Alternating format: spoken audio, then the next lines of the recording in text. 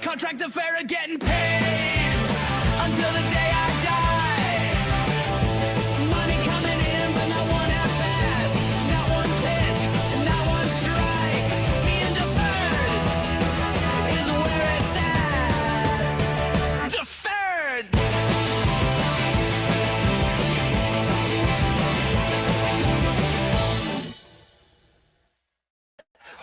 Good evening, everybody, and welcome to this week's edition of Podcast Name Deferred. I am your host, Stefan. With me is... Can you not hear me? Can you hear me, Craig? Oh, he can't hear me. Check your settings. Can't hear. Okay, we'll pull him back. That's fine. We got Dan the Dick Warner with us as well, and of course, Ando will be joining us this week. Tag me in. You can hear us now? Okay. Yeah, I can hear you. As long as we're not talking about the Spankies, this week should be a really good week of baseball. You just Why would we talk summoned... about the AL leading Yankees? Why would we do that? There's no reason to do that. See? Ando, this is your fault. Why we can't have nice things. This is why we can't have nice things. You should know this by now. I'm being the mature for the good of our show. And I'm being mature for the good of the show. Now, thank you. I appreciate that. And of course, the sexiest man in Santa Ana. We got Craig. God bless you. He is our babysitter because we do need to be supervised. That's really why he's here. But he's also a terrific baseball writer. We just breaking news. The Mets have snapped their 12-game losing streak, beating the Minnesota Twins 3-2 today. But let's talk about that 12-game streak. Can you hear me? Can you hear us, Craig? Can you hear us? We'll pull him back so we can figure it out. It's okay. We've got 12 straight games for the third. Was it the third highest payroll in baseball? Third highest payroll, yeah. Between the Dodgers and the Yankees, yeah. I think they have a higher payroll than the Yankees. Are not number two. Yeah, the Yankees are not number two. Yeah, I was gonna say they've got to be the second highest. It's either them or the Padres because I know the Padres are up there too. But they're up there in the top three. I know that for sure. And you have can you look that up for me? Yeah, rumors. At least he was already on it. He was already on it. Yeah, gotta be good for something, right? You're good for so many things, Ando. You're good for so many things. Can you hear us now, Craig? Including looking up stats. Can you hear us now? Okay, I'm back. He can't. Can you hear us now? I can hear you. Okay. Here we go. Gotta love technical issues. But we are. I can hear Tony. You can hear us. Yeah, okay. See? We are. I hear Ando. Let's dive into this. Let's dive into this losing streak. Craig, have you seen in your time a losing streak this bad? Can he can't hear you. Yeah, he can't hear you, Seven. Goodness. I can Dan, ask you, Craig, you can hear me, right? Tag me in. I hear you. I hear Ando. I hear Dan. So yeah, that's weird. You can hear both of us. Seven's question to you is, have you ever seen a losing streak in baseball in your time watching and writing for baseball? Have you ever seen a losing streak as devastating as the Mets' 12-game losing streak? Keeping in mind the fact that the Mets have, according to Copilot, has the highest payroll in baseball of $352 million. That's hilarious. No, and it's absolutely delicious. That's great. 13 So games I is mean, a lot. Look at your Tony. Darn it. 13 games is a lot. Yep. tell the That's a Anna, lot tell of the- money. Hey, Craig, try backing out and coming back in again, bud. All That's right. what Tony's recommending. All right, we'll do. Okay. All right. Pull out, Craig. Pull out, Craig. All the way out, Craig. Don't leave it in. Don't even fucking risk it. Okay. He is. Yeah, he'll be right back with us. But there are rumors of there being a separation rift, if you will, between Juan Soto and Francisco Lindor. Is something like that going to have this much of an impact on the team? Dan, what do you think? Aren't they both Dominican? Shouldn't they be? Shouldn't they be brothers in arms? No, I think they're both Dominican. I think they're both Dominican guys. Can you hear me Lindor now, might Craig? be Venezuelan. No. Lindor might be Venezuelan, but there's a rift between them. That's one of the reported things I've seen is that they are not seeing eye to eye in the clubhouse. I can imagine Juan Soto not being the easiest guy to Soto get is along from with. the Dominican Republic, and Lindor's from Puerto Rico. Okay, thank you. Okay, so there is, I mean, but still, that's Shouldn't be not an too issue. much of a difference. I mean, a lot of the Latin guys in general tend to stick together, at least to some extent. Well, now they're rich Latin guys. You know what I'm saying? Like now they're really rich Latin guys. So like, Right. how much different is their life now? It's probably super isolated. I mean, for real, like how many? You know, some of these guys like Lindor's been around for so long, right? Well, Lindor's got. Go ahead. Lindor is only hitting 226 right now, That's all right. and he has 19 strikeouts, while where Soto only has 6. So I'm wondering if some of the issue, because yes, he does have more hits and stuff like that, but Soto's also been out, so that's to be expected. But Right. he already has 19 strikeouts, and he's only hitting 226. So I'm wondering if something like that isn't part of the issue, because he's trying to get them to get their head out of their ass. Well, we're seeing a lot of these World Baseball Classic guys that are off to kind of shaky starts. Maybe that'll be an issue in the future with them playing. I don't know why that would be. Why would that be an issue though? Because like they used to play all year round. What's the? You know what I'm saying? Like what's the? Yeah, It's baseball. Like I'm pretty sure you guys can play every day. Like I understand the whole year is probably a bit much, but I mean you got to suck it up a little bit. I don't know why their timing would be off though. Why would their timing be off from playing in the World Baseball Classic? From like the pitchers not being as good as a whole, possibly. Or the pitchers are in better shape because they're playing meaningful baseball that early in the season rather than, oh, hey, these games don't matter. The pitchers are struggling too. The pitchers, I mean, outside of who we're going to talk about later, Jose Soriano, the pitchers are struggling too. Like I think that, I mean, Craig, you're muted. Can you hear me? Okay. Yeah, you're muted now, Craig. Wait, hold on. I got you. Wait. No, it's not letting me. There we go. Okay. How about now? There we go. You can hear us now, right? God. It's got We need to sing the national anthem now, Craig. My family. We just said sing the national anthem. There are a lot of, not all of them, because like Wilyer Abreu is one of the only Red Sox having a good season right now. But as a whole, a lot of the World Baseball Classic guys from all of the teams are underperforming. Like Cal Raleigh hasn't started performing. He did hit a home run today, though. So he's hitting what, 146 now? Hey, it's better than the 136 he was hitting last week. That's Yeah. fair. It's improvement. Cal Raleigh also didn't play in the World Baseball Classic.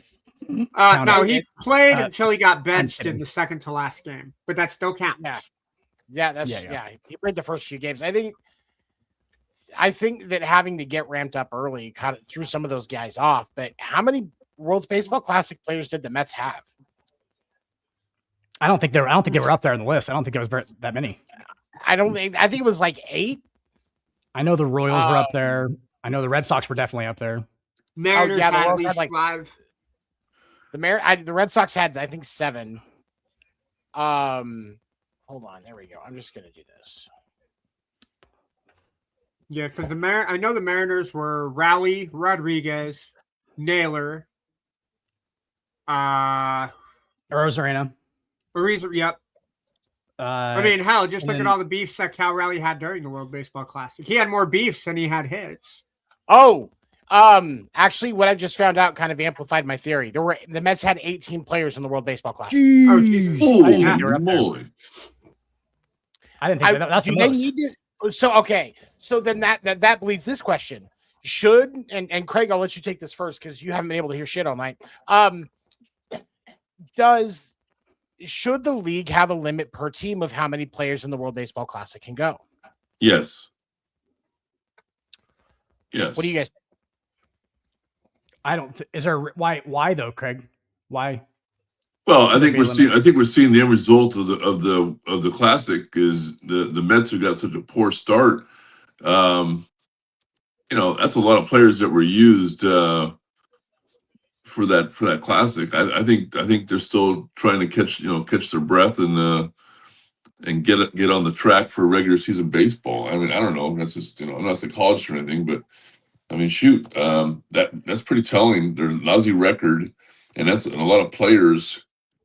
I mean, that's almost their entire.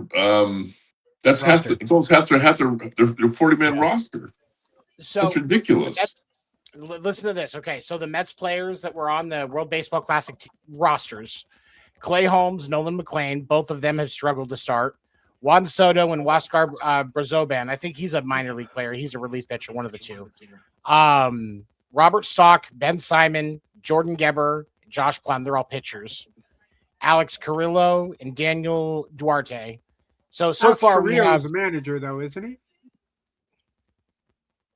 no. That's Carrillo. That's okay. He's Okay. All right. 1, I'm 2, thinking 3, Cora. My 4, bad. 5, Cora. 6, 7, 8, 9. Out of all the names I've gone through, which I think is only like 10 or 11, 9 of them so far were pitchers. And then you have Mark Vientos, MJ Melendez, Jared Young, Nick Morabito, Daviel Hurtado, Jose Ramos, Carlos Guzman, Jamdrick Cornelia. So I think that some of those guys, a couple of those guys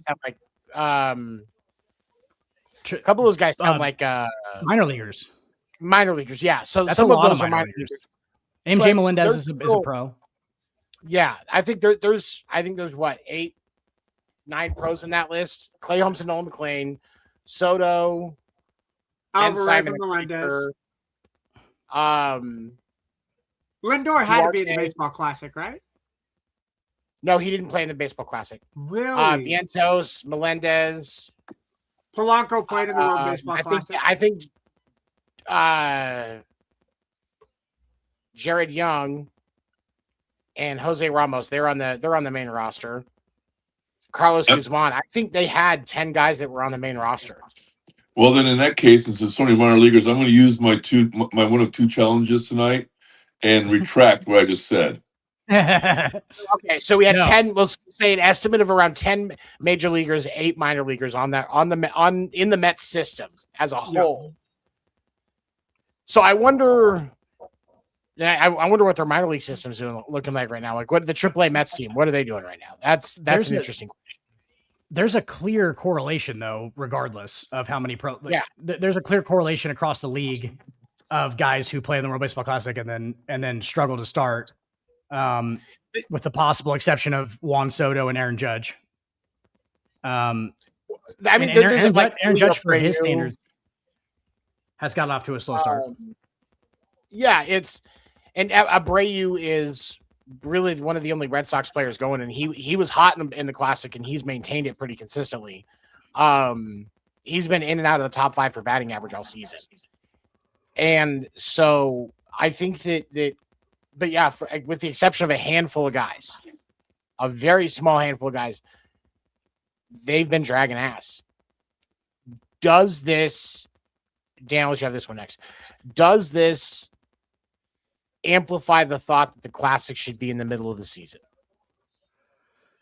I don't think it should be in the middle of the season, though. I think it's nice. I think it's nice to have the off season tournament. Do you know what I'm saying? Just because it is every 3 years. If it was every year, it's a different story. But I think it's nice to have the off-season tournament just every 3 years, just to, kind of slap people in the face with Major League Baseball or whatever. But no, I don't think it should be moved to the year. I think that it's fine where it's at. Whatever the correlation may be, maybe just less guys maybe less guys play in it. But obviously, it's not detrimental completely. Like, it's not like, oh, I just hate giving the Mets a cop out on this. I hate giving the Mets a cop out for their, like, I'm like, what? I'm sorry, Juan Soto. How much did you get paid in that bat? Like, I mean, Juan Soto, it's not Juan Soto. Juan Soto's hitting 355, so it's not like it's.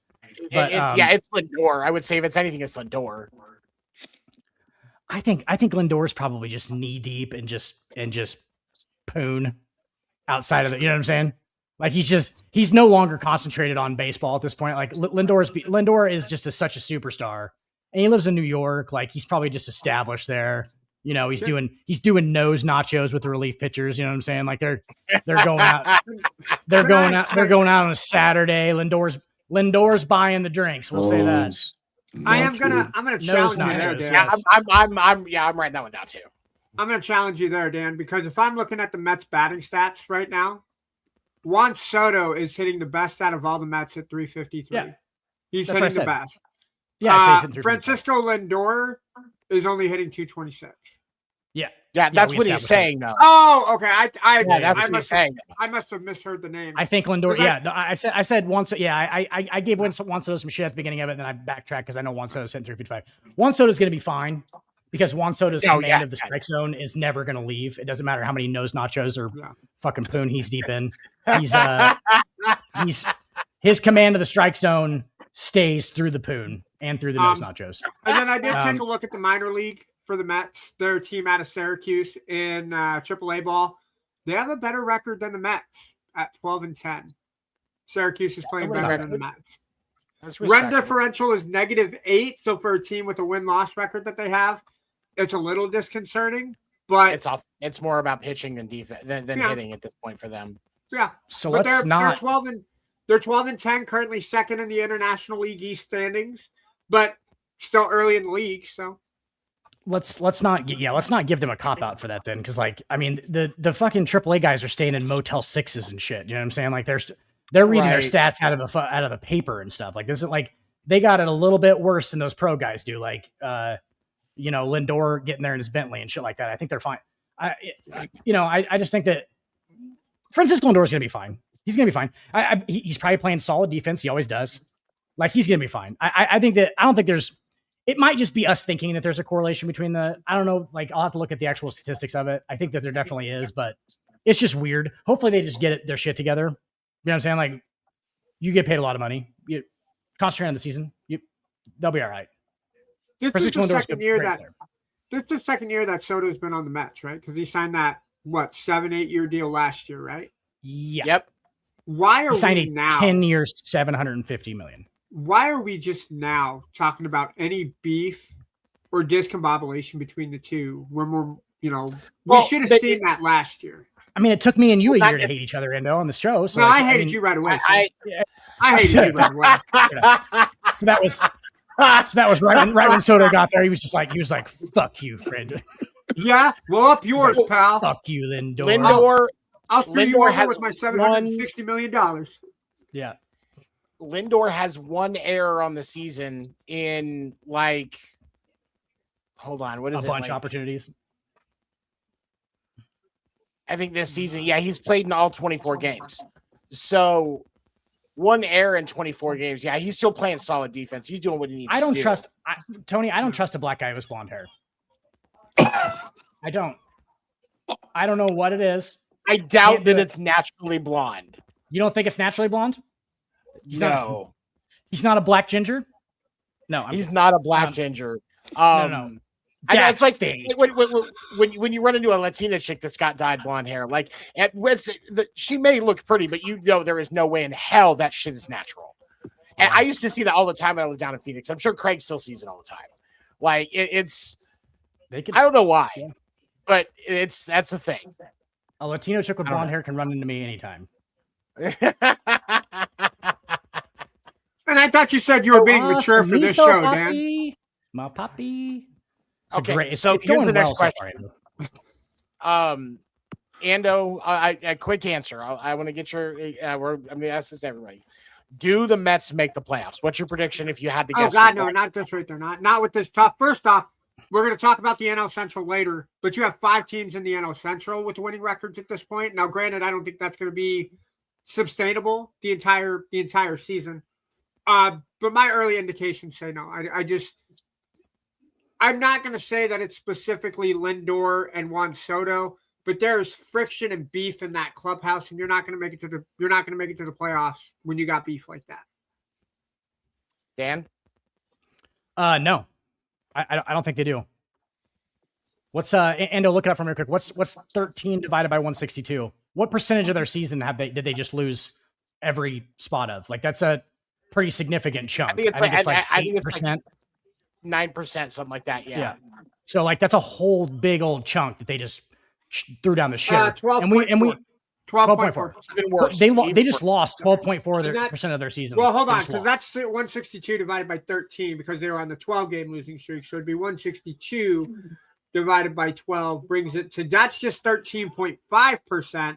But that doesn't include the other 4 games that they lost beforehand. That's a big chunk of their 8 games. and 17. Yeah, they're 8 and 17 right now. So wait a second. How the fuck? We're not even gonna worry about the math on this because I don't know how fucking 13 is. It should be over 16. Should be 10%. Don't. Never mind. Yeah, we're in the range. Just. Yeah. All right, Yeah, Greg, but I was told when I signed my contract for this podcast, there'd be no math. Just, I got all the math questions, Craig. you signed a contract?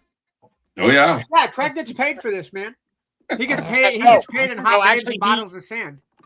I pulled one of those old boy band contracts. He pays me to be on the show. Okay. It's some genius on my part. Like really, The royalties. That's what keeps the lights on. Is really what Craig does. That's Okay. He owns my likeness and my voice too. From Yeah, Craig's from Craig's It- 1979 pop hit "Suck Me Beautiful." Yeah, Who's Well, been no, what watching I've done American Pie is- recently, Dan? I have a side business now. I trained in AI voice with using Craig's voice throughout the entire life of the podcast. And so now I just submit deals where AI reads romance novels using Craig's voice. And I get paid baller money just making money off of Craig's voice because it's just so deep and sexy. Like, Meanwhile, Craig gets talked to in the streets of San Francisco. You're that guy from the audiobook. And Craig goes, I have no idea what you're talking about. yeah. How's he that? just Instead of walks like, Instead of OnlyFans, it's only voices. Yeah. Craig's what is up, Brandon? Craig's just like his. Craig goes, go ahead, Dan. Craig's like his tumescent member. There's the girls in San Francisco. Now there's a flood in San Francisco because every time Craig opens his mouth, somebody recognizes his voice. He ran his fingers. He ran his fingers down the middle of the small of her back. Oh my God! Yes, Craig. Yep. What is up, Brandon? Brandon is the host of Sports Nuts Podcast. I do that every other Wednesday. Those guys are amazing. Make sure you go check it out. Hey, Brandon, I'll be on welcome. that show next week on Wednesday, 7:30 p.m. Eastern. 7:35 p.m. Eastern. Sorry. So definitely check it out. Those guys are so fun. They know what they're talking about. Also, Brandon is a really solid name. I like that name, Brandon. It's very it's solid usually name. it's usually a name for douchebags, but he definitely breaks Wait a that second. mold. Isn't that your name? What? Brandon? No. God, no. That's not my name. And All right, so I here's the thing that I would say. If you're a betting man and you want a way to make a bunch of money that with low risk, high reward, go into your sportsbook app, bet responsibly, of course, and right now put $10 on the Mets to make the postseason as a wild card. Don't be stupid and bet win the division. As a wild card, the Mets will make the postseason. You're probably got like 20,000 odds, so you can put $10 in and pay for your next vacation. well, here's the thing. With that roster, their odds aren't going to be the best because everyone's going to be holding out that like, oh, they're just going to jam a bunch of money into it and they'll be there in the end. You know what I'm saying? Like, so their odds probably aren't great. Like the Reds to win the NL is probably like plus a couple of thousand, and that's doable. You know what I'm saying? Like, I think that's more doable than the Mets making the playoffs. But I mean, your teams right now, even like at the start of the season, even your best teams, there was still like there was a few that were like 300 and 400 and stuff like that. But most of your middle of the road teams is like 1 to 2,000, and the more long shot you get, like the Chicago White Sox, I think they started the season at plus 18,000. So, Would anybody like to take a bet on what the Dodgers are to make the playoffs? minus 350, knowing I have a book right here from MLB.com that says minus 10,000. Oh, jeez. So that means they are minus. You bet $10, and what does that mean? You bet $10. So if you bet $100, you will literally win a penny. Yeah, it's less than it's like percentages of the thing. Like you'd have to bet $1,000 to win like 10. Like it's bad. Yeah. Realistically, for a sports because you probably couldn't actually put a bet on that. Because I think the bet for them to take it has to be at least minus 10,000 for most sports books. So realistically, you probably can't even put money right now on the Dodgers making the playoffs. And you would hope nobody is, because I mean, ridiculous. The next you would make more money putting it into a savings account for that time frame. Absolutely, and just letting it rack up. But the next lowest odds are the Yankees at negative 400. So you would bet basically, you would bet fucking 100 to win what? $4. $40. 40, yeah. 400. Yeah. No, anyway, it doesn't matter. 40. Yeah, 40, yeah. Right. So, and then the Mariners, Ando, are third at negative 250, which might be the best. Might be the best. Let's do Mariners to not make the playoffs, and that's probably my bet. Yeah, they're but then not playing after that, it starts to right whitewash. Now. After that, it basically starts to wash so the Mets are negative 170, dude, to make the play. Like they're the sixth highest odds to not. Yeah. So like, so wait, they were giving the Mariners no chance to make the playoffs. Minus no 170. Yeah. Minus 170 to make it, or minus 170 to miss. Minus 170 to make it. 2026 to make postseason. Yeah. So yeah. So what's the how opposite is that of not at least plus 1,000? It probably is now. That's what. This might be before the 13-game losing streak. Honestly, I might not have my update. That's. I mean that's. I would want to know how up to date that is, because that just doesn't make any sense. But and also which sport book are they using? Because Caesars could have different odds than DraftKings or whatever. So okay, all right. So outside of getting their offense going, is there anything else the Mets should be doing to fix and try to right this ship so that they can make the playoffs? I would say play easier teams, but I mean, what they got swept by the Cubs, got swept by the Athletics, got swept by the Dodgers. Yeah, I mean, rough patch of the schedule to start the season. If it were my team, and my team's played pretty crappy ball, I would say it's too early to panic. I mean, baseball, every game matters, but it's too early to panic. You have a couple get right games coming up against the Twins. You won your game today. You don't go crazy just because you're losing 66% of your games to start the season. If I was the Mets at press conferences, I'd open with how the Knicks are doing. Just remember, we're not the New York Jets. We're the New York Mets. It's real close. Yeah. Oh, that is real similar. That is great. Yeah. That is great. Fun fact for you guys. The Mets are in trouble.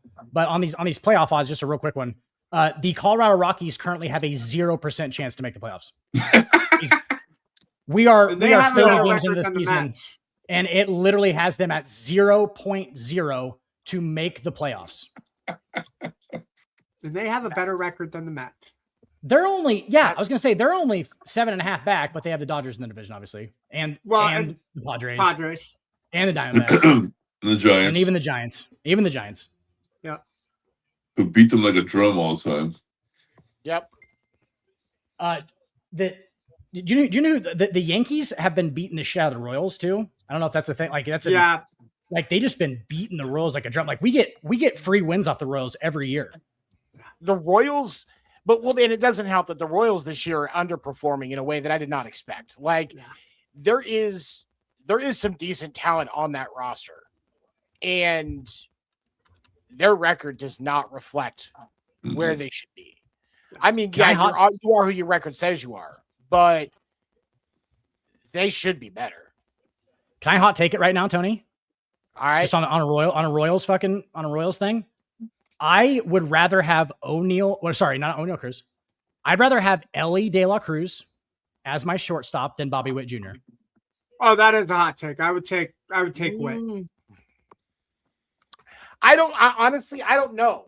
That's really hard. I'd really have to sit and watch them side by side because give me and I think the series right before the Red Sox series or the Red Sox series that I'm going to next month, I think they play the Reds right before us. So we may have to watch that a little closer because I think that watching them in a game and seeing how they do, like at that, in the same series, I think that to me would be a more indication for me. Because honestly, right now, I'm going to lean towards Witt, maybe just because he's more local. I've seen him more. I respect Ellie De La Cruz. That's why I'm not flat out saying no. But I'd have to see him actually working game in, game out just so I can be comparing a little easier. Ellie De La Cruz is not as consistent as Bobby Witt Jr. But I guess just for this year, if you give me one of them, I'm definitely taking Bobby Witt probably. But if I get a career, if I get him for like a couple, like as a franchise player, I'll take Ellie De La Cruz just out of potential. And I'm not trying to bag on Bobby Witt Jr. Bobby Witt Jr. is a fantastic young player. Very, very good. Like he's an MVP candidate. But I think Ellie De La Cruz's upside is probably as much as we've ever seen. A switch hitting 6'7" shortstop. What now? And he hits from power from both sides of the and he's the fastest guy in baseball, has the fastest sprint speed in baseball. So unicorn. His upside is crazy. So here's what I will say. So now, obviously, as I talk about this, I understand first and foremost completely that Bobby Witt Jr. has more experience in the league than Ellie De La Cruz. But when you look at their numbers side by side, Ellie does have one more hit over 3 more plate attempts. He has 8 home runs to Bobby Witt Jr.'s none. Bobby Witt Jr. is a contact hitter anyway. He's not going to hit 50 home runs in a year. Ellie has 8 more RBIs, but he also has those home runs, so that's probably where some of that comes from. Bobby Witt Jr. does have more stolen bases. He does have a higher batting average, and he does have a higher on base percentage. But so production-wise, that's Ellie, I would right? say because the 8 home runs and the 8 RBIs. I mean, the 8 home runs, but that's a good conversation to have. Craig, what do He's you got think? I agree. His upside is much better than Witt's. He's just going to get better. I think Witt may have peaked. I don't know. I was about to ask that question. Yeah, I think he might have, and you can't go wrong with 6. The guy's height and his size. It's amazing. He's playing that position at that height, and just his strength and all that. He's just going to get better and better. You're talking about De La Cruz, right? Yeah. I lean towards De La Cruz heavily. I really do. I like Witt. All respect to Witt, but the upside for De La Cruz, I think, far outweighs Witt's career right now. And chat, I want you guys to sound off on this in the comments. I'm going to get your guys' opinion because and sure, there's a little bit of a favoritism bias to it, just because I do favor Bobby Witt Jr. I followed him from the minor league.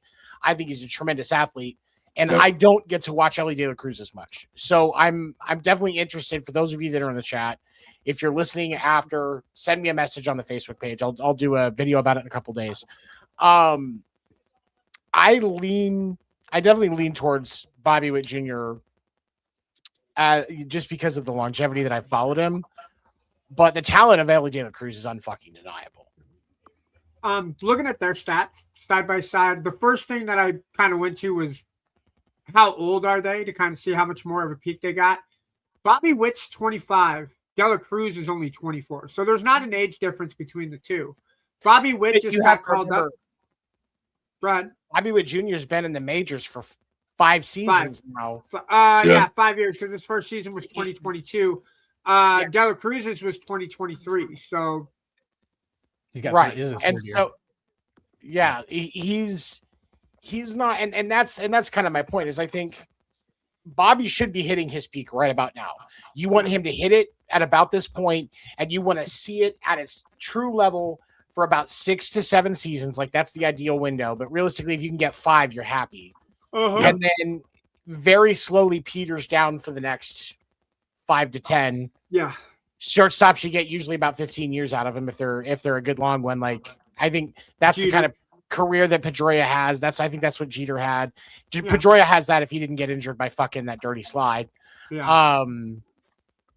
But I think that I definitely respect the hell out of it. You know what? I'm gonna take back what I said. I don't think it's a hot take. I think you can flip a coin, and I think you can make an argument about which one is better. Defensively, I like Bobby's defense. Bobby Witt Jr. is better defensively. I think that's undeniable. But I think a lot of it has to do is because of the frame that Dela Cruz has. Yeah. He has a lot more that he has to move. Hard to get down there. Exactly. It's for me, I think that part of me that I wonder, almost like what you see with like the guys that are over 7 foot in the NBA. Like we know we're going to see it with Wemby and some of these other guys where they're a lot bigger than what the human body is used to for what they're doing. Yeah. Does he wear down quicker as a result of his size?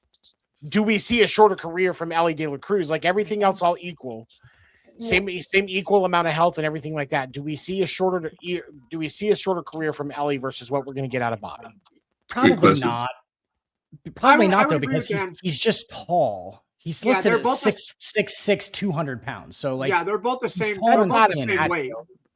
Okay. Well, but Bobby Witt's was more tall. what, 6'1"? Yeah. 6'1", 215 is what they have them listed at. Oh, they have him listed at 215 because the ESPN has him listed at 200. So I mean, he's probably Baseball Reference maybe a little bit more. There may be, because I don't think they always update that stuff. So he could have lost a little weight. Was that his Tinder profile? It said 200. No, it's his ESPN profile. I don't use ESPN to pick up checks, bro. Grinder.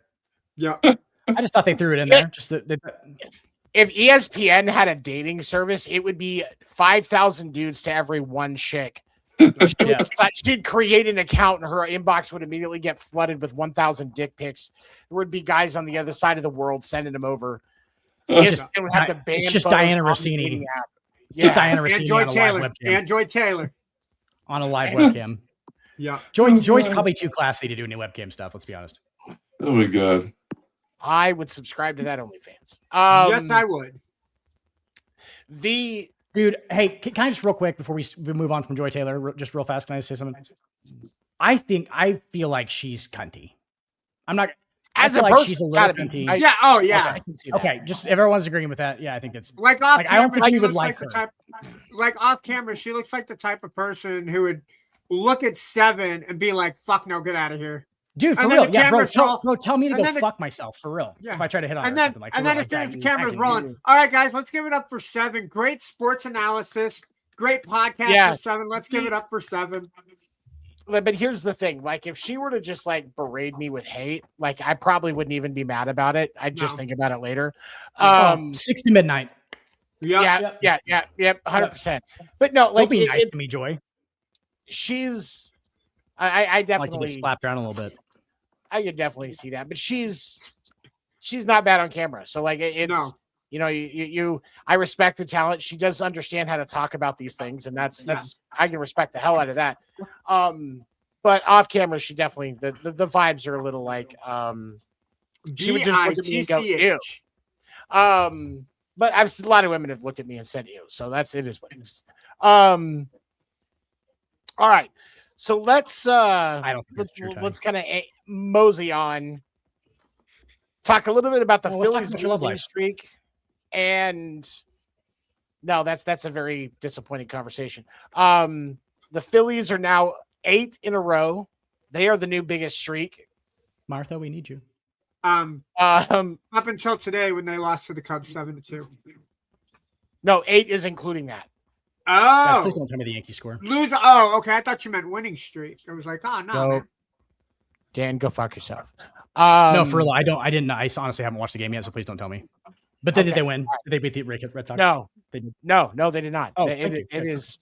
Yeah. Wait, yeah. they didn't play today. Don't watch the game. They didn't play today. Yeah. they There did. was nothing to see today. No, there was Yeah, an off game. It was an off day. it was canceled. It was canceled. The game Yeah. did not happen. Oh, Yeah. Yeah. Yeah, because Boston's a terrible city. Somebody And they just can't took a big old. Somebody took a big old shit at Fenway Park, and they had to cancel the game. It just. Yeah. Yeah, there's a certain Like kind of raining those inwards. ozone warnings. They have to have certain smell warnings at Fenway, and unfortunately, the smell warning was just too high of a level, so they couldn't have the game. Well, I guess Paul O'Neill says that Fenway is actually not that bad as far as like fans go. Paul O'Neill said it's actually not that bad. He said that there's ones that are just as bad. Well, I mean, there's just drunk fans in every stadium. Honestly, I doubt Fenway is that bad. Now, I will say that I've talked to people in Boston that have said don't sit out in the bleachers, out in the outfield, like out in right field, because that's where the college kids go to get the $7 tickets or whatever, with the super cheap tickets. They're right so there. they're just hammered. And so they're all, and there's a bar right back there, so they're all drunk and drunk college kids that are cutting loose. Hey. And so that's where the N-word comes from. I Most of the fucking time wish it's we not. still had Noma. If fucking Noma was still here, we wouldn't be fucking losing to the Yankees all the time, and one of them just fucking headbutts the other one. Yeah. Yep. That's your team, bud. Yep. That's it your is. team. I'm so proud. Hey, they have poutine lobster fries. Fucking Fenway. Noma. That sounds pretty good, actually. Actually, I'm a huge seafood guy. They were showing some of the food from yesterday, and I was like, oh, all right. Yeah. All right, Boston. And they had a dude walking around with chowder. It said chowder on the thing, and he was selling it in the stadium. Dude, you And I don't was know like, that? that's Dude, yeah, they have. Seattle- well, yeah, I mean, I figured. Really a vat. It's a vat that he wears on his back that's full of it, and he walks around with bowls. You want a bowl of chowder? Yeah. Just Dude, Those yeah, It's fucking Seattle, delicious. Seattle does it too. Seattle It's got has hair in a, it. Seattle There's a has little a bit of beer chowder in company there. called Ivers Clam Chowder up in Seattle, and like 7 or 8 blocks from the ballpark is a restaurant for Ivers Clam Chowder. Yeah, it's chowder is popular, especially in the colder months of baseball. I like clam chowder, and I eat the Campbell's one out of the can. Yeah. So yeah. I Honestly, I would think it was awesome. First time I go to Boston, I will not leave without trying actual good chowder because I want to see how it compares. Because all I've ever gotten was the shit in the can. So Oh yeah, and at a restaurant where they make you wear like yellow galoshes yep. inside, yeah, like that's where you need to get the clam chowder at. Yeah, where you can smell the clams that are coming out of the you can water. smell clams when you walk into a seafood restaurant. Walk right back. Walk out. Never, Walk out. Yeah. never Greg, smell seafood Greg, when I you was walk going into to a say, does seafood San Francisco restaurant. have chowder? Do the Giants have chowder? Do we at have their ballpark? chowder? Do you have of Yeah, course. we do. Okay. It's honestly chowder is like Boston gets a bunch of credit for it, but it's truly just a coastal thing in general. Yeah. It's like you can go up and down the East Coast and get good chowder. You can go up And down West the Coast too. Yeah. West Coast. Go- Tony, when you come out to the West Coast, we're going to take you to Joyce and I'll take you to Sam's Chowder House. Oh. Need bro, to I say saw- more. I saw your Facebook post about that.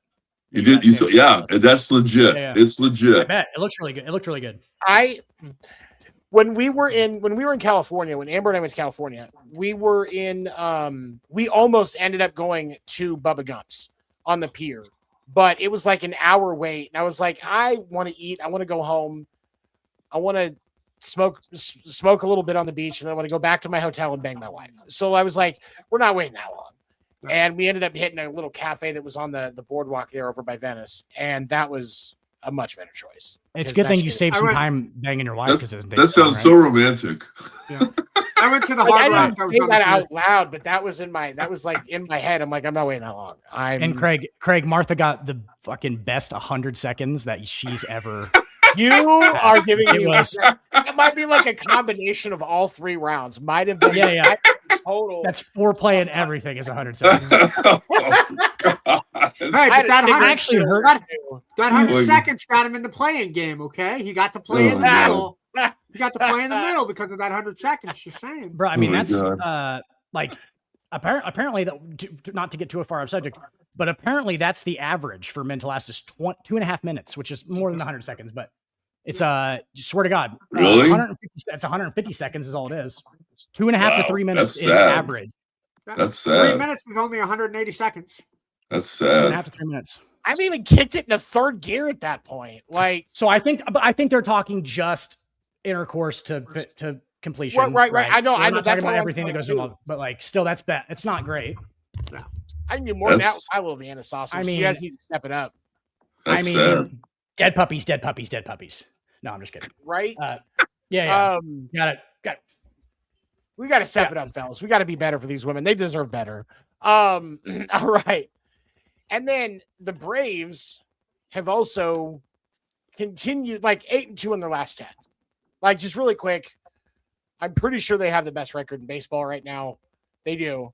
They do, yeah. 17-8. Closest one to them would be the Yankees at 15-9. So No, I lied. I'm sorry. The Cincinnati Reds are at 16-9. Wait, They we would actually- have been 17-9 had they won their game today, but the Reds did lose. Wade, we actually talked about the Braves two weeks ago. They're Just talking they're about hot. how their roster's fucking loaded. I mean, they're always kind of loaded though, and then they just have weird years where a bunch of guys get injured. Ronald Acuna looks like a green screen when he plays, which I love. But like he's such a stud though. He's such a stud. Yeah. But yeah, we talked about the Braves in that roster. We did skip a week last week because Tony went rogue and corporated up. It's Of fine. course, He's changed his mind. Yeah, he did. Yeah, he did. We'll talk about Which that we later. need to have an in private. intervention after this show's over. I'm gonna mute. I'm just gonna mute both of them. Give us some peace and fucking quiet. All right. So next, 'cause you guys are assholes. Says the guy who spent Oh, 30 wait. minutes yelling at everybody last week. Go fuck yourself, Ando. No, talking you about know his what? I'm corporate going to get on bullshit. Dan's bandwagon here and talk about Yeah. corporate America. Fucking corporate America. Hey, thanks, Ando. God. You're welcome. You- I got your you- back. I'm Dan. trying to spread awareness. I'm gonna call the And- fucking temp agency and get some new interns. That's what we're Cool. gonna do. Hey, this is I what still got happens my when key everything's card. about profit, guys. When everything turns into profit Oh. for everyone and So much capitalism profit. really rears its ugly head, this is what So- happens. There's friendships so much torn profit. apart. There's years of work on a show. There's new Torn theme apart. songs. Theme songs are created. What the hell, man? I have a goddamn emoji guy at the beginning of the show. Me too. Where was he at? Yeah, I was ready to go. I actually where was waited that when I started in the show? studio the entire show. I waited in the Where studio the was entire that? show. Couldn't see Where any was of that it. when I finally got my seat to the show, man? Yeah. You're both fired. Okay, so Jeff Passan tweeted something earlier today. Jose Soriano's remarkable start continues with 5 more scoreless innings. Soriano by the numbers this season with MLB ranks. Innings pitched 37.2 is first. ERA 0.24 is first by a margin. Insane. Outside of 43 strikeouts Mason Miller. second. That's for starters, right? Batting average allowed 143. Yeah, this is for starters. Yeah. On base percentage allowed 223. That's second and fifth, respectively. And then slugging percentage allowed first in the league at 175. Nobody wants to face him right now. Mm-mm. Bro. And he's playing on the Angels. Is that like putting a Ferrari in a trailer park? Yes. I'm sorry, you've got 2 Ferraris because you got Trout there as well. So I'll Yeah. acknowledge that. Like, holy shit, this is an unreal It's- clip for a pitcher. Yeah, it's like the fucking Bengals wide receiver core. Like that's what Yeah. that's what fucking this guy's being right now. But the thing is, Jose Soriano was a reliever. Isn't this like his 10th season? He's been around for a second, and he was a reliever. He was a closer. Correct? Am I wrong about this? Yeah, no, I'm he's been pulling around up for a his second. stats right now. Yeah, thank you, So am you know. I forgot to pull his up. Yeah. I'm usually so- right, guys. So we'll go with that. Actually, no. This is only his 4th season. The last 2 seasons, he's played in 22 games in 2024, played in 31 games in 2025, So he was a starter. and he was a starter. in 2023. He's been a starter for the last 2 years. Yeah, Okay. in 2023, he pitched in 38 games but did not start any. That tells you how much I give him. Yeah, he was a reliever his first season, and since then he's been a starter. And Yeah. last year he came out of the bullpen in 2024 he came out of the bullpen in 2 of them. But outside of that, he's been a starter since the start of the 24 season. I'm going to slow down the show real quick and ask an obvious question as I bring it to a grinding close. Has he picked up a new pitch in the off season? What's going on here with him? That's a really good question, Craig. I think he's always had really good stuff, though. That's the thing. He's always had really good stuff, and you're probably right. There was a change. I'm actually just looking through the stories to see if they'll tell us something about a move or something that he did. But he's always had really good stuff, though, is the thing. I also want to pat myself on the back for not accusing him of steroids. I mean, bro, now you got me on it. Now you got me on it, though. Now he's Dude, he does. No. Bro, he does look bigger, though. That's not. He does look a little bigger, but we'll glance over it. Yeah. I'm gonna look. Wait, umpire. So, Craig, if you're playing Major League Baseball, though, you got to be going to that fucking HGH, though. You're not the steroid. Don't go with the testosterone. You want to go with the bonds. The bonds, good, healthy HGH, like they give you when you get cancer. Okay, good, healthy human growth hormone, where everything on you gets bigger. Like, I'm not talking about just your muscles. Your head gets wider. Like, your balls are probably way bigger. Like, your feet like just get wider, and like everything just gets bigger. Like, Barry Bonds literally looked like you took a picture of him and put it into a photo editor and spread it apart. So like this and like stretched it apart. Like his head was bigger. Or You expanded the screen on a computer where you want to make the screen bigger. Craig saw it firsthand every day. He knows what I'm talking about. Like, that's that good stuff, Craig. I bet Barry Bonds was quicker to the ball than he ever been to before. I bet he's so quick to the ball. That swing was just, and it was just so powerful. I found something. So listen to this. Okay. The most noticeable change isn't a brand new pitch, but rather a complete overhaul of his pitch sequence and usage. So he's pitching, not throwing.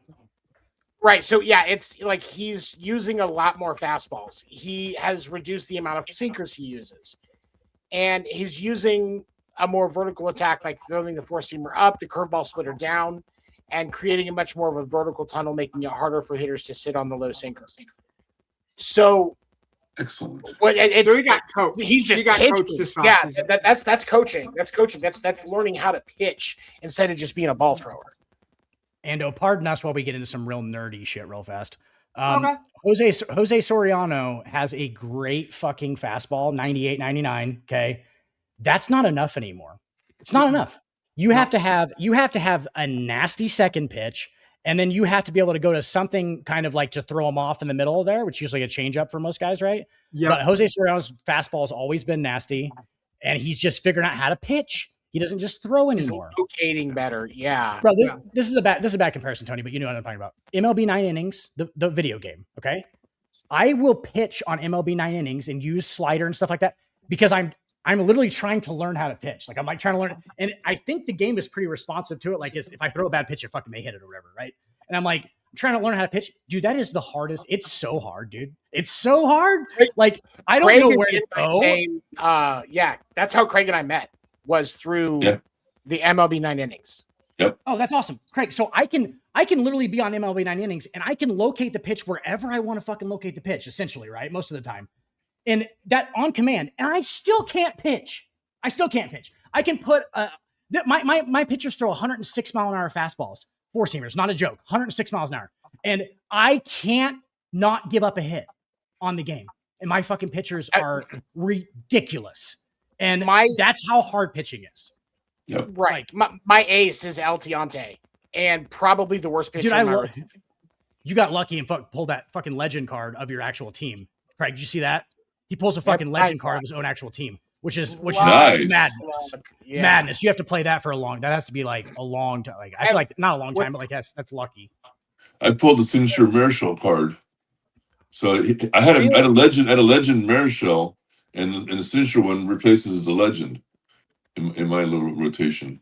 So Really? do you guys do like I do and take the signature guys? Like if you have two signature guys that you don't like, do you take them into the club store and just get rid of them and try and get Yes. another guy? Oh Yeah. yeah, Dude, I got- that's Yeah. what you're That's supposed how I to got do. marriage. That's how I got marriage show. Yes, that's how you got it. Okay, yeah. Yeah. I do that shit all the time. I feel like an idiot sometimes because I'm like, but I got Hector Neris for the Astros on my Astros team. I got Hector Neris as my first signature player. I was like, yep, getting rid of him. Let's just go ahead and throw him in. Hector Neris, huh? Oh, great. I was like, cool. I'm sitting on. There's a Stig event that starts on the 26th for a team Sig, and I'm sitting on 2 diamond grade increases because I'm either going to be upgrading anybody up there. because I'm sitting. I have a Xander Bogaerts sitting in my reserve. Nice. But I'm going to see what I get out of that one and see if I want to trade him in or put them both in. And because the Xander Bogaerts is like his 2016 year, so it's really not his best year or something like that. It's like not one of his good seasons that I want to keep. So I'm not really sold on doing it. But if I really like the other card and I want to, I can go ahead and put them both up to Black Diamond if I want. I have the supplies to do it now. I have two questions, Tony. I've seen your team, Tony. Your team's fucking sick. I've seen your team. Craig, what is your overall what is your Giants overall team? Overall? Yours is like a what, 126, 127? Yeah, I'm sitting at 126 point something. And to anybody from Com2 US that's listening, this you're segment brought welcome. to you by MLB You're 90 welcome. Innings. If you want to welcome. if you want to throw any grading increases our way, Yeah. we can give you our usernames after, and if you want to throw any just gifts our way or any memorabilia or anything like that, we are here at Podcast Name Deferred for you guys at Com2Us. And also use the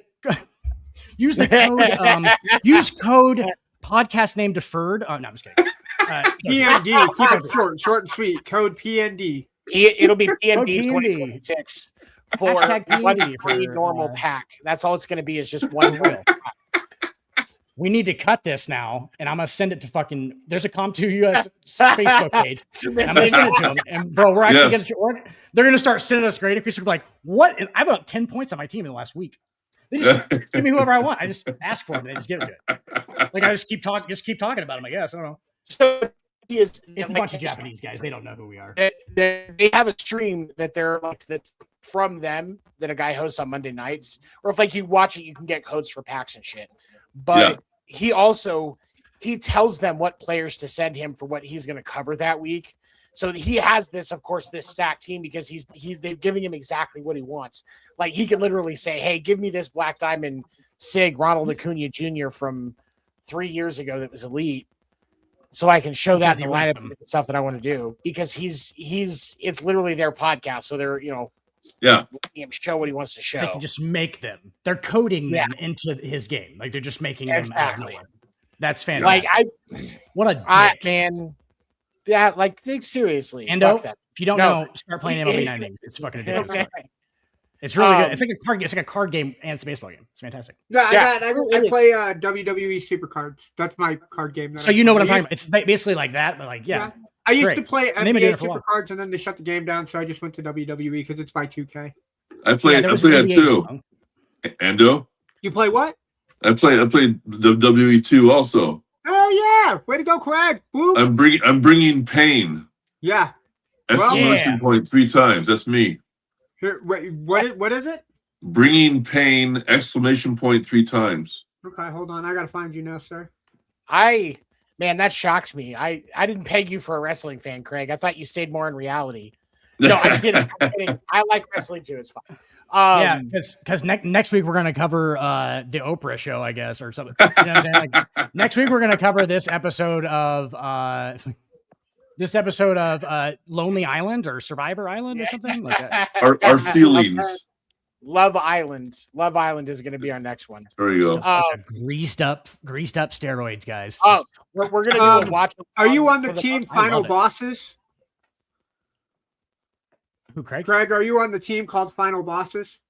Yeah, I am. All right. So next we're going to talk about the NL Central. The NL Central is the only division in baseball where all 5 teams have a positive record. Hot.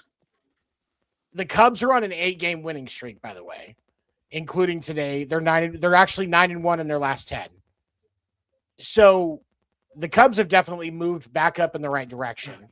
And of course, the Reds lost today. So, and the Reds also have a -2 run differential. So I think it's only a matter of time before they start to struggle a bit because they're 500 at home, but they're winning on the road. So, I mean, kudos to them in that regard.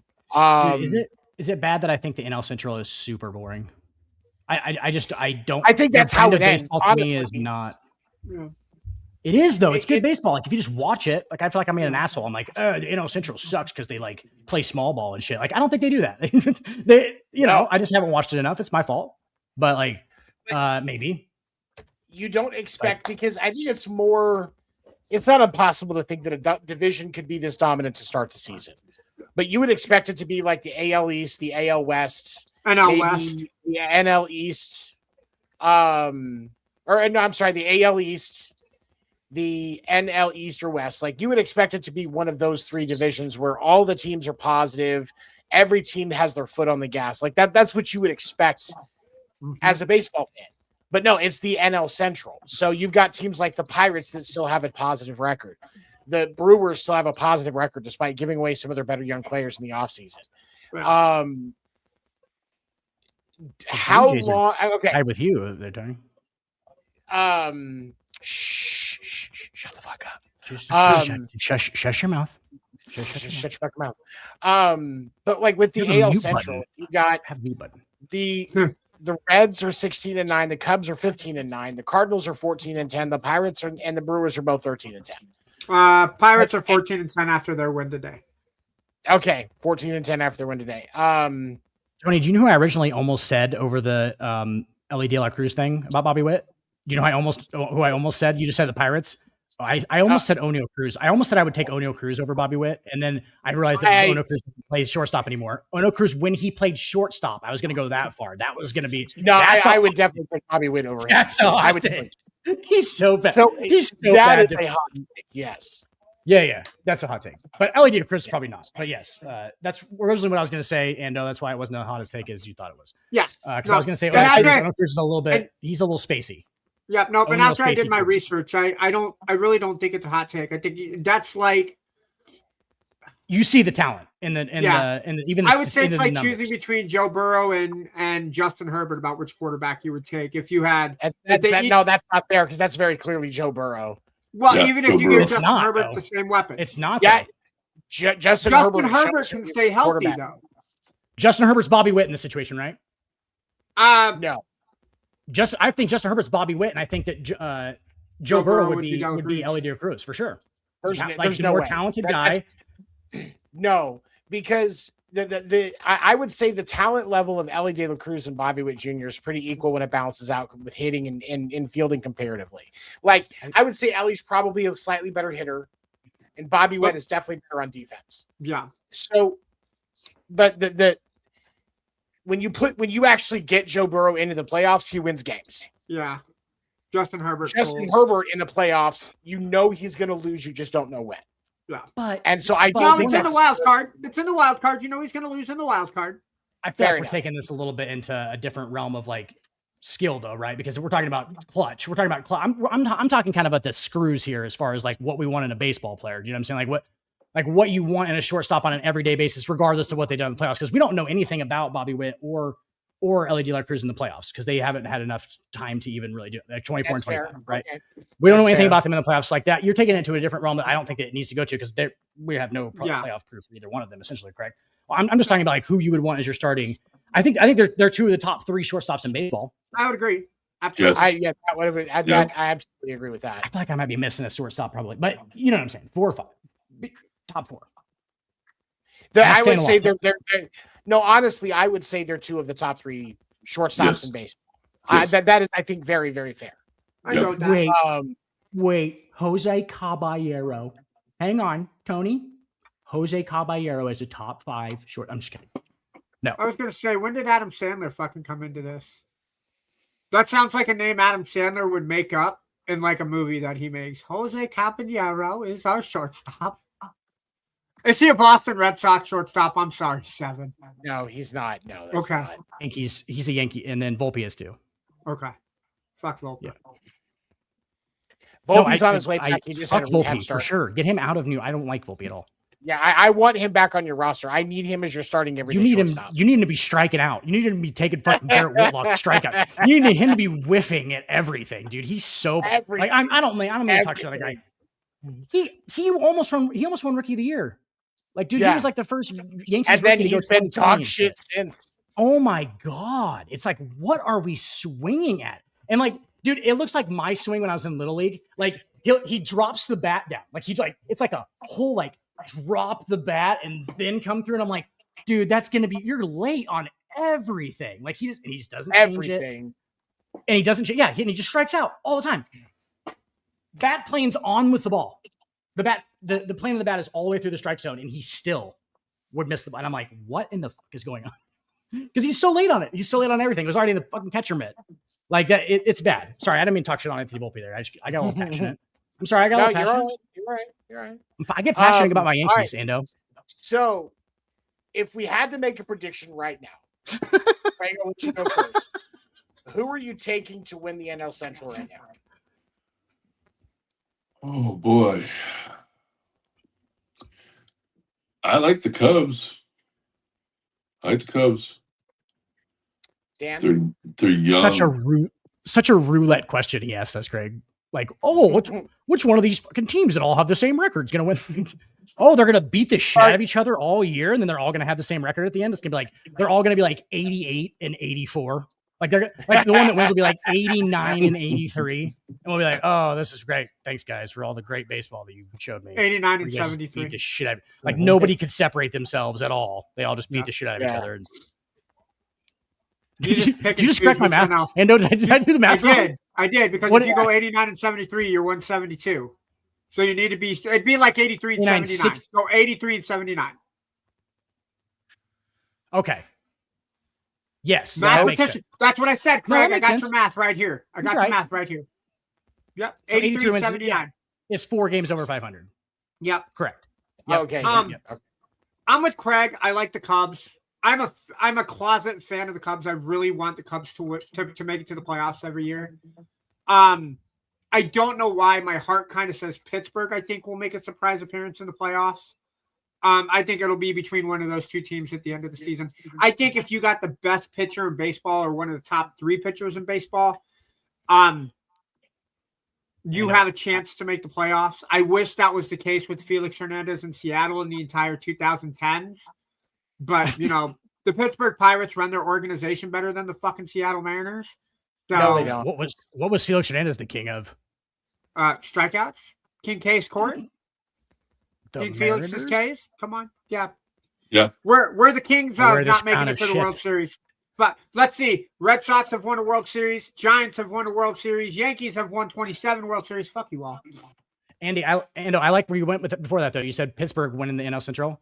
I like that pick. It is kind of roulette.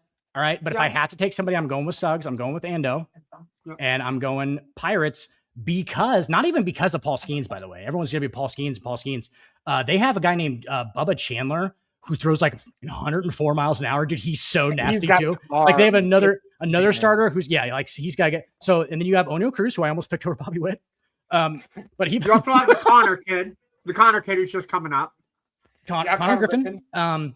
They have they still have God damn it, why can't I think of his name right now? The lefty, the white guy, the lefty that's been there for like 10 years. Brian Reynolds. Reynolds is still there. And they also have Ke'Bryan Hayes, if I remember correctly. Ke'Bryan Hayes hits clean up for them. Marcelo Zuna hits in the 5 slot for them now. So Marcelo Zuna, old pro, that guy can fucking hit the cover. And he's only hitting 178 to start the year, so he's maybe not. Yeah, he got some shit. But dude, with swag like with swag like Sel Ozuna has, bud. Like swag like Marcel Ozuna has. Like that guy walks in and just ice. He's got the chains on, and he's gonna hit a baseball 400 feet. You just know it. Even if he strikes out 4 times in his head, he still hit it 400 feet. So that's a good start for baseball because you got to be there. Yeah, you got to be getting up next time.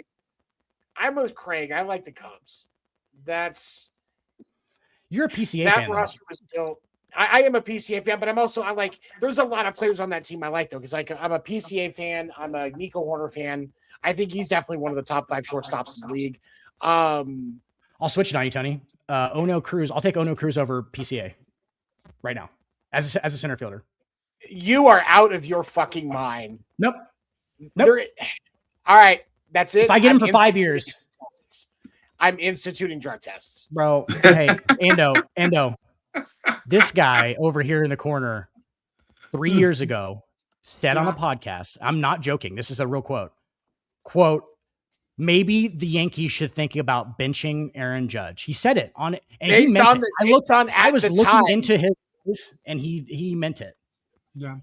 It was great, possibly one of the based on greatest how players. he was playing at the time. It was an accurate dissemination of events. It kind of was. I'm an advocate for hating the Yankees. You just jumped the gun. I would not bench Aaron Judge. May not like him as a person. I may not like him as a baseball player, but his stats prove he is a power contact hitter. Tell you what, I will take O'Neal Cruz at the plate over PCA. O'Neal Cruz is hitting 286. He can still hit, but outfielder wise, I PCA all day. Yeah, correct. I agree with that take. He's much better defensively. I agree with that take 100%. I agree with you. But you know me, Tony. Chicks dig the long ball, bud. I'm all about hitting homers. Yep. And we don't bunt like pussies. All right. We don't bunt like pussies. We don't run the bases. We don't wear oven mitts on our fucking hands when we're trying to run to second base. We don't do it. We are Yankees. We run slow and we drink beer and we smoke cigars. What's that? What was that old baseball commercial? It was I think it was an ESPN commercial with Greg Maddux. Who else was in the commercial when Greg was saying chicks dig the long ball? Wasn't it Glavine? I think Glavine was part of it, right? No, it's Tony Gwynn. It was Tony. They'd have been hitters, yeah, right? It would have been Tony Gwynn or Barry Bonds. I want to say it was either. I want to say it was. I think it was Bonds and Maddux. I know Bonds and Maddux were part of the commercial. It was Bonds and Maddux. You're right. Because Maddux some of you that remember that commercial, and that was kind of like those. This is Sports Center commercials, and those ones. Yeah, like that. That's what it was. That was in the late '90s when Bonds was at his peak. Yeah, and I know they had a couple with Sammy Sosa and Mark McGwire as well, but the one with Bonds and Maddux was just hilarious. Yeah. This is your daily reminder that Barry Bonds had a .545 on base percentage in 2004. This is your daily reminder. Daily reminder that Barry Bonds should be in the Hall. I think it's actually higher than that. I might be wrong on that number. It over 50% of his times at the plate, he went to first base at least. It's so stupid. Yeah. So stupid. He got intentionally walked 114 times. That's crazy. What is There is a girl hitting right now for the Arkansas, the Razorbacks softball team that is getting the Barry Bonds treatment because every time she makes contact, it goes yard. Like there was one game that John Boy did a breakdown on that was last week, I think. She saw one pitch in the strike zone the entire game and sent it for a grand slam. Hell yeah. Can I make move on. I'm not even going to do it. I'm gonna hold myself back, and I'm not going to do it. Like, I understand it's softball. HR. It's softball. No. That's not what I was going to say. I was going to make a comment about don't do it. I was going to make a comment about how this chick might be built and how she might look. Is she possibly 5'2", 210 of solid muscle? Not a stomach. She looks like she uses those bunts of steals to swing home runs. She looks like the girl that bullied people in elementary school. Her nickname is Buns for Runs. But I bet, probably has a great ass. Let's be honest. Erica, when you hear this podcast, I wasn't part of this convo. Oh, yes, you are, Craig. You're in it with us. No. You're in this with us. Erica can't see the screen, but yeah. Erica can't see the screen, but Craig is dancing. I mentioned that earlier. Suggs, I forgot to say hi to you. I apologize, sir. I saw you there. Hi, Suggs. Acknowledge it. Is that James the basketball player? I wish. We don't wish. I think the Pirates are an interesting choice because honestly, like if you look at them on paper, they should not be flirting with that division. They really shouldn't. Really? But they are. No, they shouldn't, because I think that there's- roster's super talented though.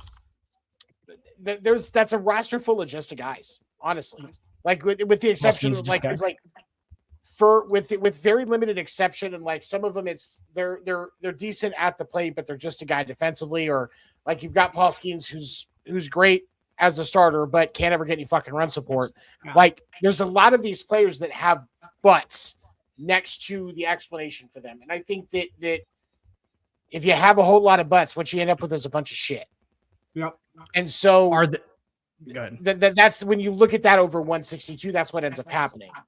However, if they can learn how to minimize the impact of their butt, especially because you have some like if you give Paul Skeens run support, he wins 15 games, at least 20 games. Yeah, I was going to say you could probably get 20 wins out So- of him. If you get three runs every game that he pitches, you should be able to win 20 games in his season. You should at least be in the hunt at that point. If you can get 3 to 5 runs a game, you give yourself that kind of cushion. Paul Skeens is going to pitch amazingly. Yeah. Paul Skeens won an MVP or a Cy Young. I can't remember if it was last year or 2 years ago. He won. It was his last year, I guess. But he was only one game over 500.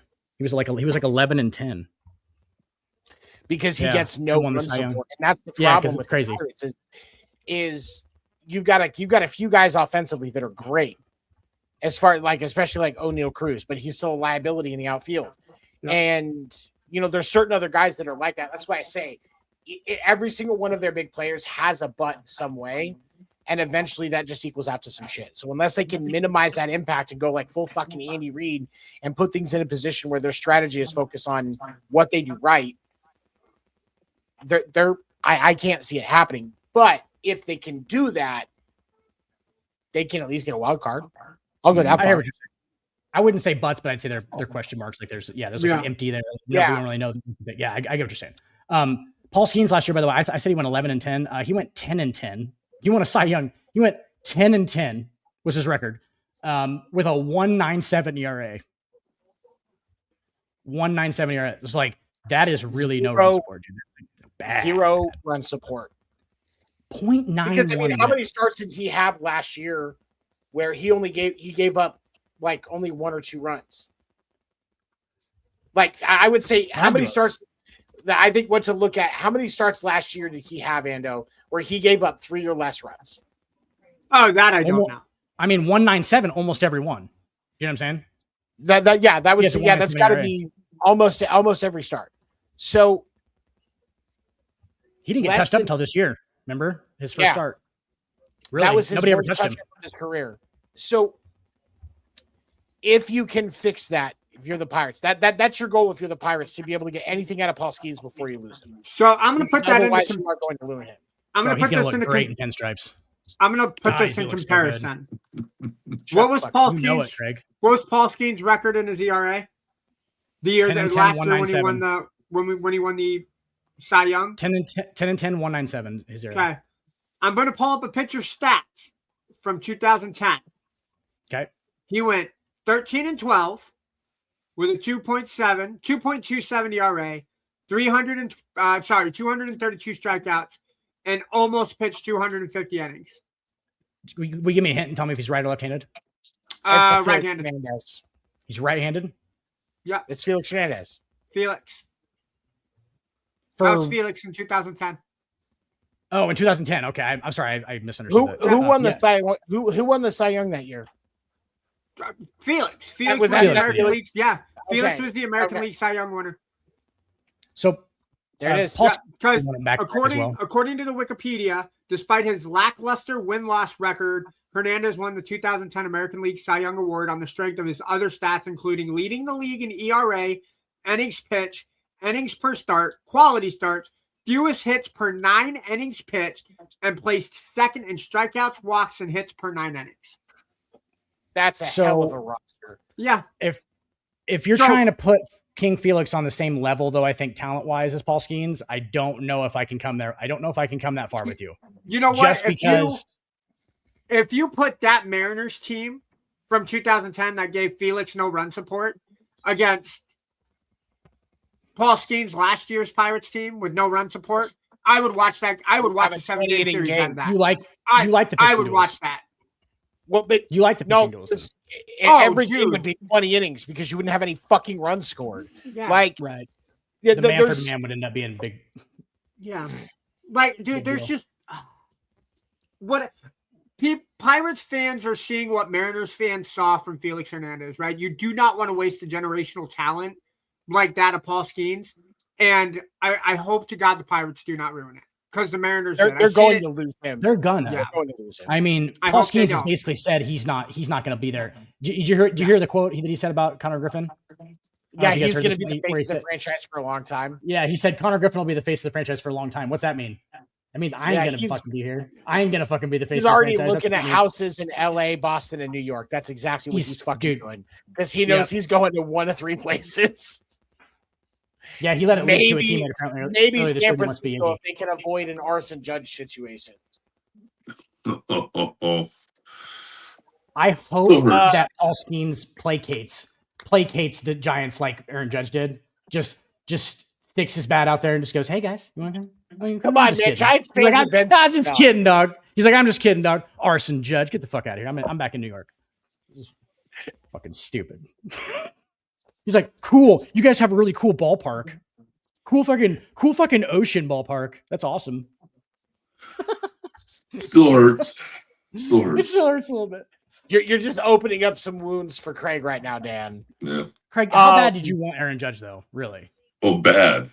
Did you? Oh, you Okay. did. Oh, yeah. You were San in the Francisco group kid. chat at that point, back when it was still the winter meetings group chat, and he was God. not happy. Oh Mhm. man, I didn't realize Craig could swear that much until that happened. That was Interesting. when I learned. I found a chink in the armor. You did. You really did. Found a And I chink don't in the think you can Hefner say armor.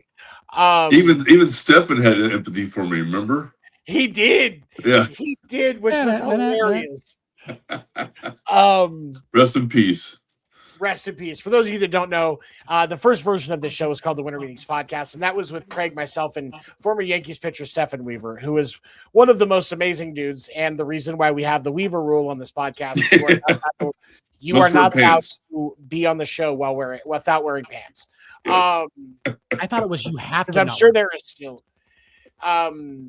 You sure, like, if you can go back, if those old episodes are still online anywhere, there's a pretty good chance you're going to see Stefan's ass at some point. Yeah. bro. Yeah. Dude did not give a fuck. Like it was Nope. fantastic. He didn't have to. He Nope. didn't have to.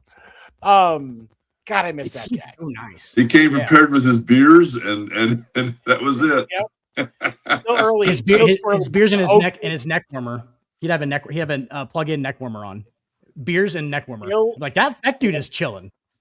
He's chilling. Okay, so Suggs asked a question. Still too early, but is the A's fool's gold? Hey, Oakland is the real deal. Sorry, Tony, I didn't mean to cut you off. I just saw them against the Yankees. They're Yeah. the real deal. They have a lot of talent. Maybe not this Craig, year. go ahead. I think Sacramento has the finest major league team in their city. No, Um,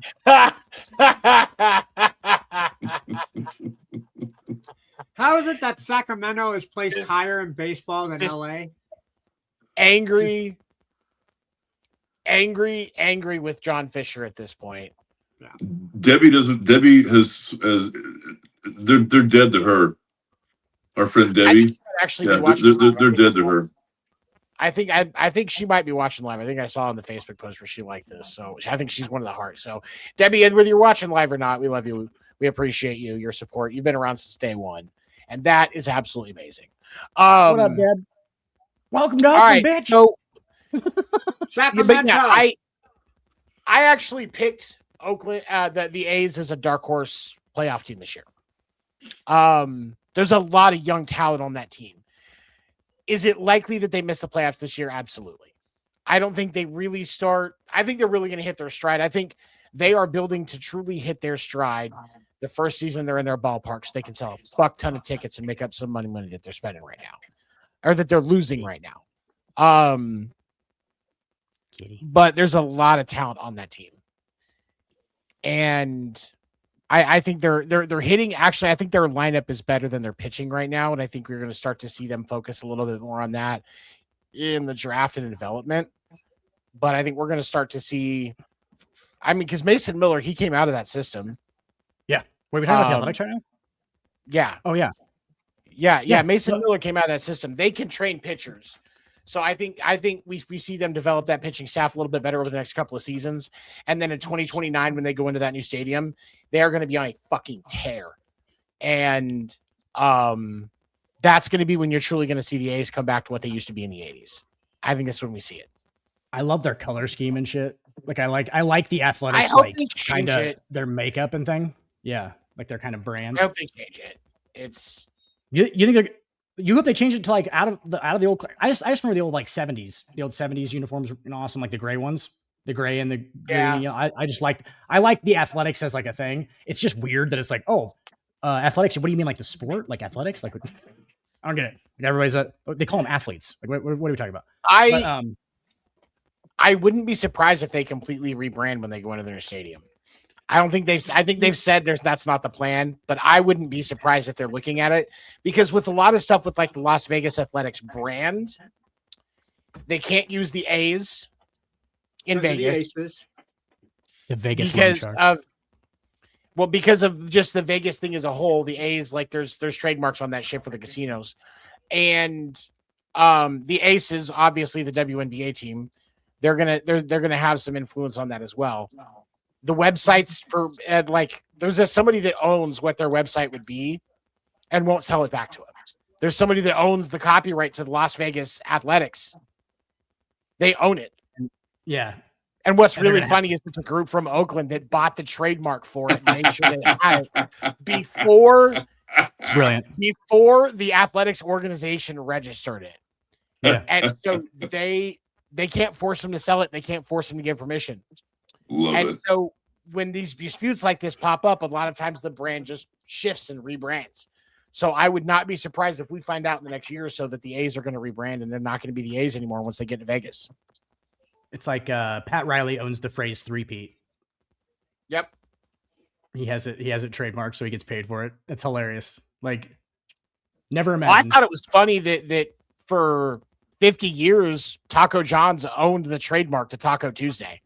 Yep. The government finally got rid of it. Like it was, they had it copyrighted. That's why you never saw Taco Bell do a Taco Tuesday promotion. Or anybody, really.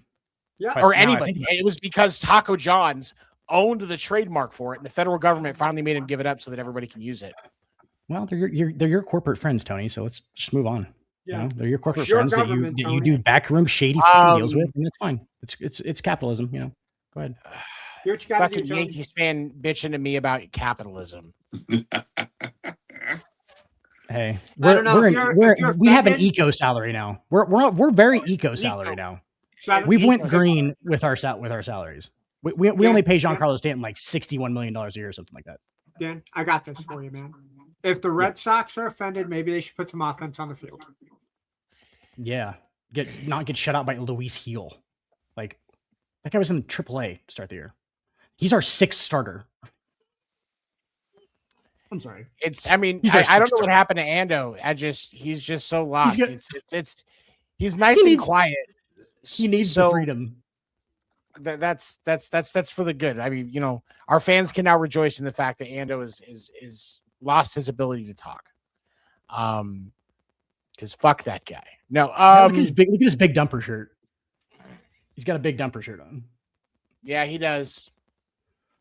Taking a big old dump on this show he too. Definitely likes looking at Cal Raleigh in baseball pants. Like that is absolutely for sure. I mean, who doesn't? One of his favorite things. Look, the best seat that you can get at T-Mobile Park is behind home plate, where you can see Cal Raleigh when he squats. Okay. Oh yeah, just halfway down the first baseline. Well, depending on the pitcher, because you switch hitter. Yeah. Switch hitter. Hey, switch hitter, Ando. Fuck you, Yankees fan. Hey, the Giants the Giants put up 3 on Ohtani. What? Did they really? Yeah. Oh. This is why they didn't play well against the Yankees on opening day, because they need to save those runs for Ohtani. Let's go with a quick update of scores. The Rockies are beating the Padres 7-2 after 7. The D-backs are beating the White Sox 8-4 in the bottom of the 5th. And the Giants are up on the Dodgers 3-0 in the bottom of the 7th. Astros beat the Guardians today 2-0. They're trying to right the ship. Orioles beat the Royals 8-6. Angels beat the Blue Jays, who are also struggling, just like the Red Sox, 7-3. And we had Detroit kind of bounce back a little bit. They got a 5-2 win over the Brewer Crew. Braves are still on a tear at 8-6, or they won 8-6 today. And then Cubs beat the Phillies 7-2. Phillies, that losing streak by the Phillies baffles me. 8 games now. They're getting ready to get Zach Wheeler back, so that will help a little bit.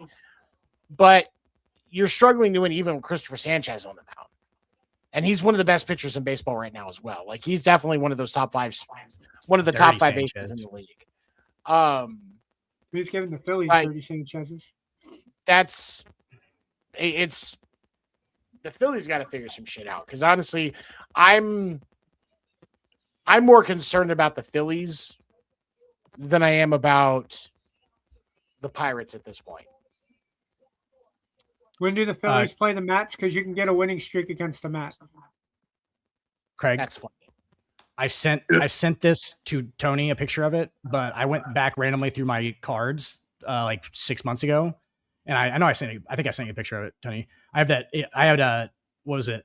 A pristine Panini pristine on card Christopher Sanchez rookie autograph that I literally just like had in my random cards because Christopher Sanchez wasn't good yet. Like when I pulled it, he was a minor leaguer, and I was like, what the fuck ever. And I threw it back in there. And like 6 months ago, I pulled it back out, and I was like, I was like, man, I couldn't get it on eBay fast enough I was like, take it, just take it for all the money, take it for all the money.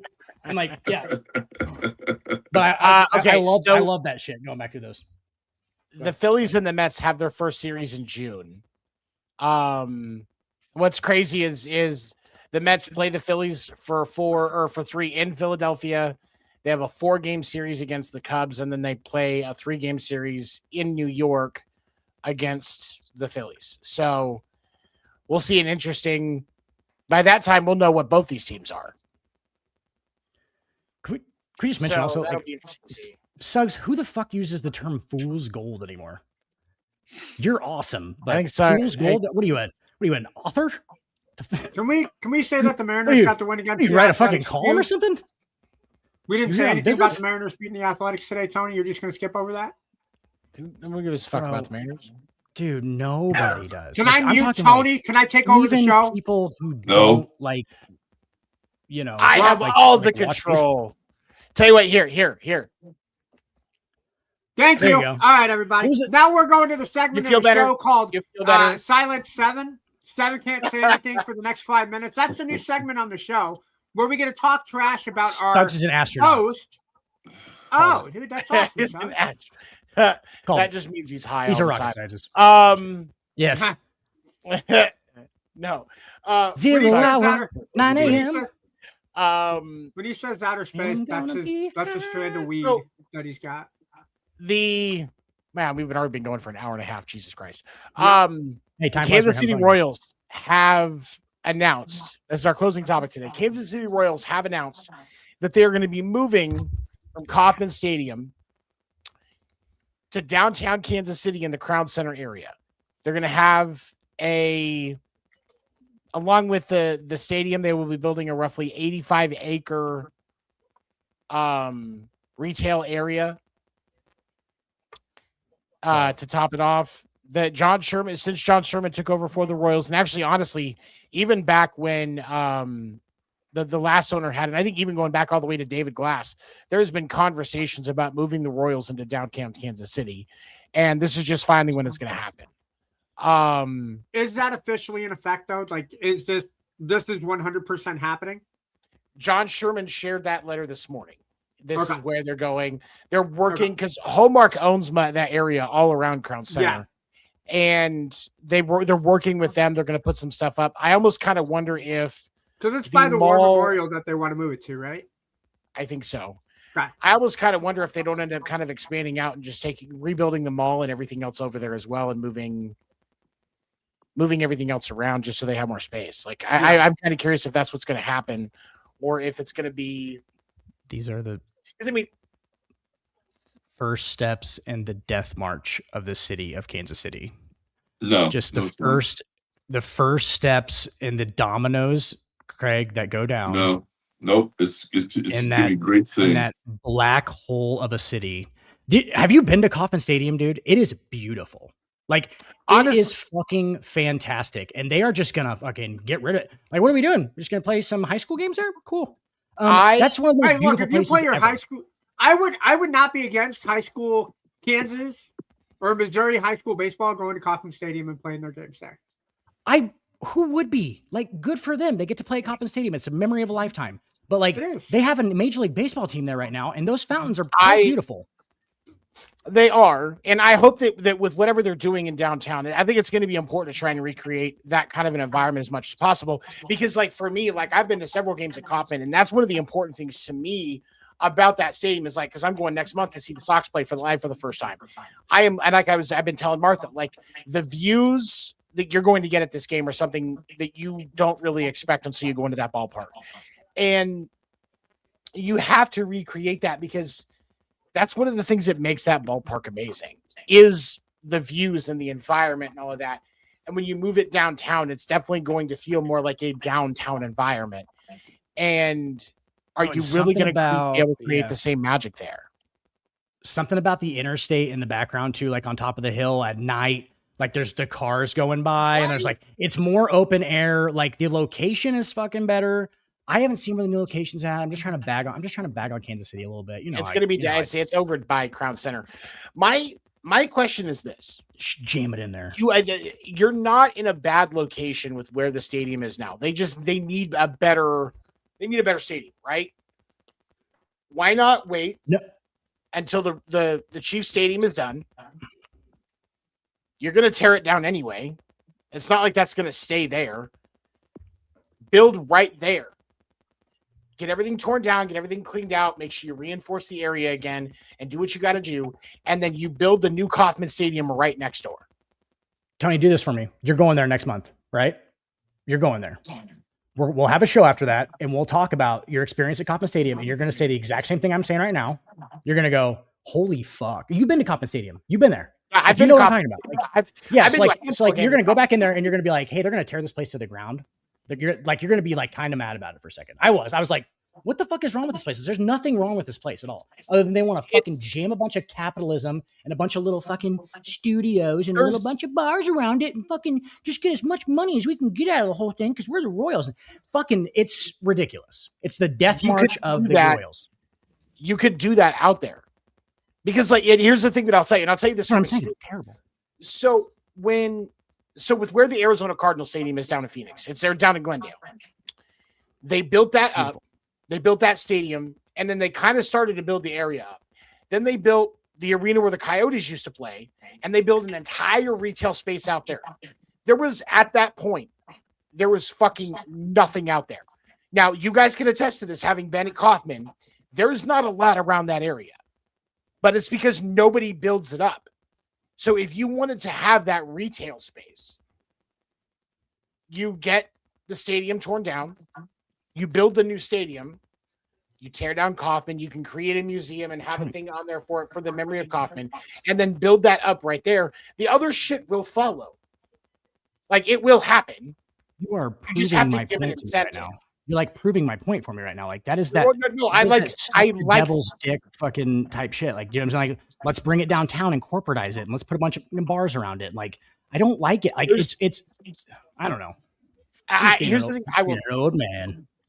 I will tell you, and Craig can probably attest to this because like the San Francisco's ballpark is in the downtown area, and there's a lot of that stuff around there. Part of the experience is going to those places before and after the game. Like that becomes part of the experience.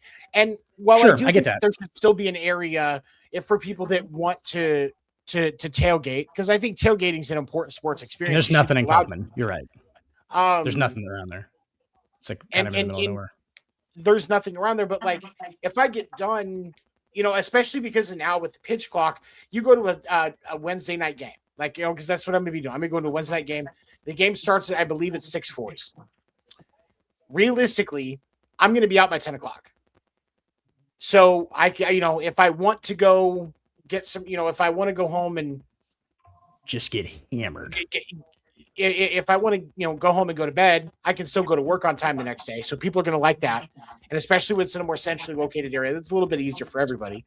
But also, if you want to stay out for a little bit, you're going to be able to go into one of these places that are right there that, yes, they're going to be packed, but you're going to be around other fans. You can actually enjoy yourself. Or if you lost, commiserate. And you're in an environment where everybody's just going to be in a good mood because they're all that team's fans. Because that's the environment that you get. Right. Like it does it change the experience? Absolutely. But it makes it better in a way as for that part is concerned. So you still, and that's why I think you could, because if you want to tailgate at a Cardinals game, you can. There's plenty of space. Right.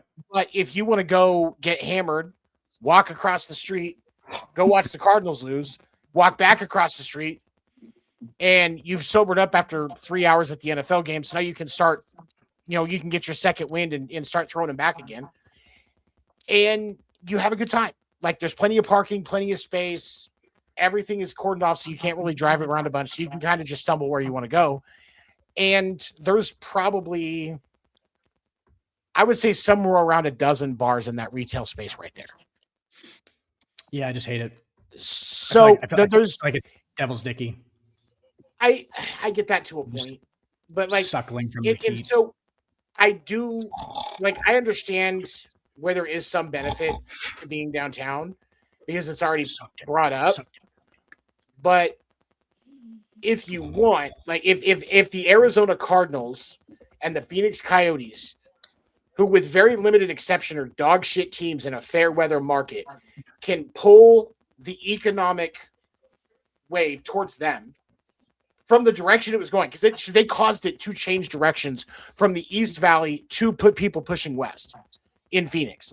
At that point, there was a surge of moving west, and then the Cardinals said, "Oh no, we're going to build our stadium out there," and the Coyotes said, "Oh, we're going to build our arena out there," and all of a sudden, it started pushing west again. I think you're just a hopeful person, Tony, and I'm just not.